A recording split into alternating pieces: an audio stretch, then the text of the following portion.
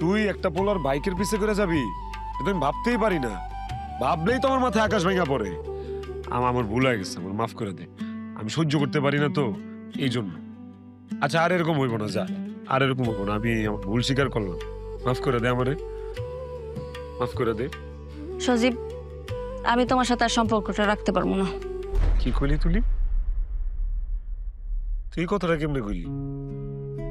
সম্পর্ক রাখতে পারবি না মানে? আরে আমি ভুল করছি, আমি তো নিজের ভুলটা বুঝতে পারছি, আমি তো মাফ চাইতেছি তোর কাছে। আমার মাফ করে দে। আর আমি এই কথা কেমনে কর, সম্পর্ক না রাখতে আমি বাঁচুম কেমনে? তুলি, তুই যখন এই কথাটা আমার কস যে আমার লগে সম্পর্ক রাখতে পারবি না, ওই মুহূর্তে আমার কাছে মনে হয় যে মাটি ভাগ হয়ে যাবে, আমি ঢুকে যাবো। আমি তোর ছাড়া কেমনে বাঁচুম?